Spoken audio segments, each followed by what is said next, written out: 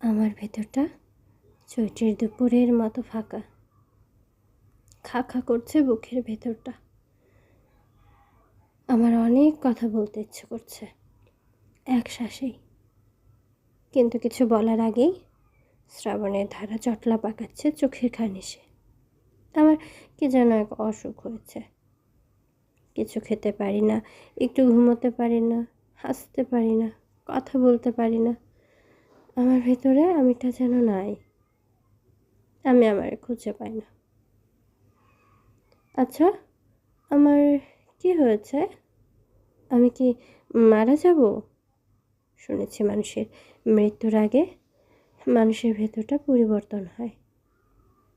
আমারও কি তাই হলো তবে? যদি তাই হয় তবে ভালোই হলো। আর একটু এগোলেই শান্তি আলিঙ্গন করতে পারবো। সব ছেড়ে ছুড়ে আমি ঘুমোবো। ঘুম? তুমি কত দূর? একটু ছুঁয়ে দেখবো তোমায়। দেখা দেবে? তাড়াতাড়ি এসো না প্লিজ। অপেক্ষার সমুদ্র কঠিন, পাড়ি দেব? তর্স হয় না, কোথাও কিছু হয়ে যায় অজান্তে। রোমায়া মিমি।